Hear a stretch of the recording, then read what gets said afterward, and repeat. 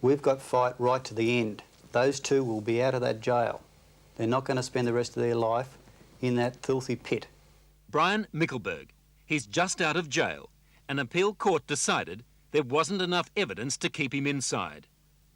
But his two brothers, Raymond and Peter, are still behind bars, jailed for one of the most daring frauds in West Australian history. The most solid piece of evidence against them, a single fingerprint. But could that fingerprint have been forged? The Mickelbergs framed for a crime they didn't commit? You're quite positive that that fingerprint on the back of the cheque was not the real fingerprint of Raymond Mickelberg? Yes, based upon the evidence I've examined, yes, sir. In other words, a forgery? Yes, sir. Solid gold. A cool $650,000 worth. This is what the Mickelbergs were accused and convicted of getting away with. But how could anyone manage to take over 100 weight of gold bullion from the apparently impregnable vault of the Perth Mint? Well, the answer is not with a machine gun or a stack of gelignite. The mint was plundered by a telephone call and a few small pieces of paper.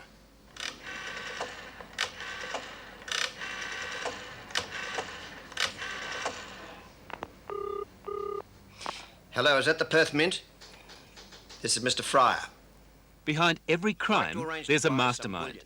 In the case of the great gold swindle, it's a certain Mr. Fryer. At least, that's what he calls himself. No one ever sees him. He's just a voice on the telephone, a shadow on the wall. April 7, 1982. A Perth building society is broken into, ransacked and set on fire. The police blame vandals. No one was to find out until much later that a bundle of blank cheques had been stolen. It's about that office you advertised for rent. Can you tell me exactly where it is, please? It takes 11 weeks to set up the elaborate plan. Mr. Fryer rents an office, hires staff and charters a fleet of armoured cars, all by phone. And still, no one ever catches sight of him. June 22, and the scam gets underway.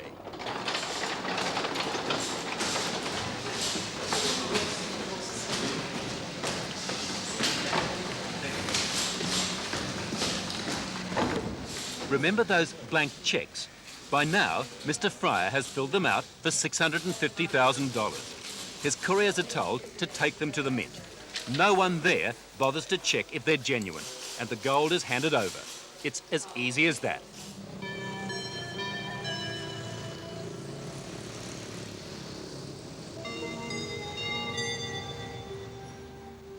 The swindle is going like clockwork.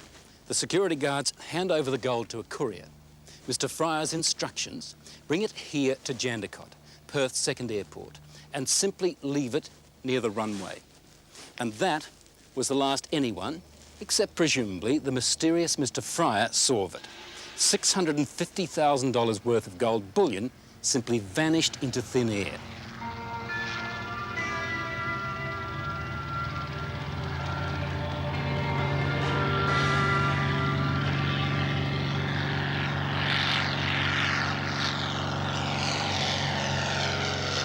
The police department was told to get someone. You've got to pinch someone for this because it's an embarrassment to this government. Their own mint got knocked off. The hunt was on, and the trail led to the Mickelbergs. 3 weeks after the swindle, the three brothers are under arrest. To the police, they were the obvious suspects. Raymond Mickelberg, an ex-Vietnam commando. Police figured he was the brains of the operation. Brian Mickelberg, a highly qualified pilot. He fitted the bill for the getaway man. And the youngest Mickelberg, Peter. The detectives thought he had to be in on it too. And everyone knew they'd been mixed up in the gold business before. A year before the mint swindle, the Mickelbergs are in the headlines. They fly into Perth, claiming they found one of the biggest gold nuggets ever turned up in the West. They called it the Yellow Rose of Texas. The Mickelbergs even bring their mother along to make sure they get plenty of publicity. Have you ever found anything like this before? No. Those little bits in your hand were the only other pieces of gold you found? Pieces, yes. And how many years have you been prospecting? Oh, Off and on, you know, just like everybody else. So it has to be the Mickelbergs, and the police throw the book at them. They're charged with break and enter, arson, and conspiracy to defraud the Mint and put on trial. There's a stack of evidence against them, most of it circumstantial. There's no written confession, no eyewitness, and no sign of the gold. The real clincher, as far as the police are concerned, is this. One of those cheques used in the swindle. On the back of it, a fingerprint, which police experts testify could only have been left there by Raymond Mickelberg. And that's enough to convince the judge and the jury. Perhaps the most direct evidence is the fingerprint on the cheque. You may safely accept that a fingerprint is, in effect, an unforgeable signature. The Mickelbergs were handed out some of the longest sentences for fraud in West Australian history. Raymond, 20 years. Peter, 16. Brian, 12. On top of that, a few months later, the Mickelbergs are back in court. This time, it's over that gold nugget, the Yellow Rose of Texas. It turned out to be a fake, and the Mickelbergs are given another jail sentence. Brian, what would you say to those people who would say, if the Mickelbergs are capable of forging a gold nugget, then they'd be just as capable of swindling the Mint? Yes. What I say to that is, we were found guilty of the Yellow Rose of Texas. Sure enough. But that doesn't mean that because you're guilty of one thing, that you're guilty of everything that happened in this state. Whoever's got the gold, they've got a couple of patsies sitting in Fremantle for 20 years taking the rap for them. When the jail doors slammed on the Mickelbergs, everyone thought that was the end of the story. Well, they didn't know the Mickelbergs and their extraordinary determination to prove that they were innocent. But alone in one of the toughest prisons in the country, how could they even start to challenge the best scientific evidence in the state? The evidence about that incriminating fingerprint. Well, the first thing they did was obtain a photograph of the fingerprint on the back of the cheque, which was used to convict Raymond into the prison through friends, and they using the limited resources available to them, the lining of a Wheaties packet. The Mickelbergs had help from outside. People like Tim Bose formed a committee to try and get proof that the fingerprint could have been forged. Sitting in their cells, the Mickelbergs spent endless hours tracing the print with the only material they could get their hands on, the lining of a Wheaties packet, which they managed to smuggle out of jail. They thought they just might be onto something. But how can a fingerprint be faked? Well, maybe these can provide the answer. You see, Raymond Mickelberg had a very unusual hobby, making casts of people's hands, including his own. And when the police arrested him, they took the hands away. Now, this is a cast of Ray Mickelberg's hands, similar to the ones the police took away. How good is it? It's absolutely perfect in every detail. You can see the fingerprint ridges, lines on the palm, even small scratches Raymond would have had on his hand the day he made this cast. An exact copy of Ray Mickelberg's hand? Yes. Is it accurate enough to take a fingerprint off it? Oh, definitely. We've done it many times, and it's very easy to get a fingerprint from it. To prove the point, Tim Bose demonstrates just how Raymond Mickelberg went about making those casts of his hand. All we do is take this latex rubber, which we can get from any hardware store. Take it out? Yes, take it out and turn it upright, face it vertically. Carefully, peel it from the back, slowly. Okay, it's good. Casting, we pour this silicone rubber into the mould. A few hours later, it's ready. It looks like a perfect replica, but will it leave a fingerprint? Definitely, no problem at all. Okay, Ian, now if you just roll your real finger on that ink pad, get some ink on it, and just transfer it onto this white card. Okay, now get some ink on the silicone replica of your right index finger. Okay, now next to it. Well, to be honest, I can't see very much difference between the two prints. That's the one from my real finger and that's from the replica. Right, well, you and I aren't expected to see the differences. That cheque was not touched by my brother. So Brian Mickelberg is out of jail and fighting to get his brothers freed as well. But how can he turn a piece of amateur detective work into a case that could stand up in court? Well, it took the Mickelbergs nearly 2 years to get that vital breakthrough. And it came here, Topeka, Kansas, in the frozen heart of the American Midwest, an unlikely place to dig up evidence about a fraud case 10,000 miles away in Perth. Kansas is better known for its beef and its bad weather, but it also happens to be where one of the world's top fingerprint experts works. The Mickelbergs ask him to look at their evidence.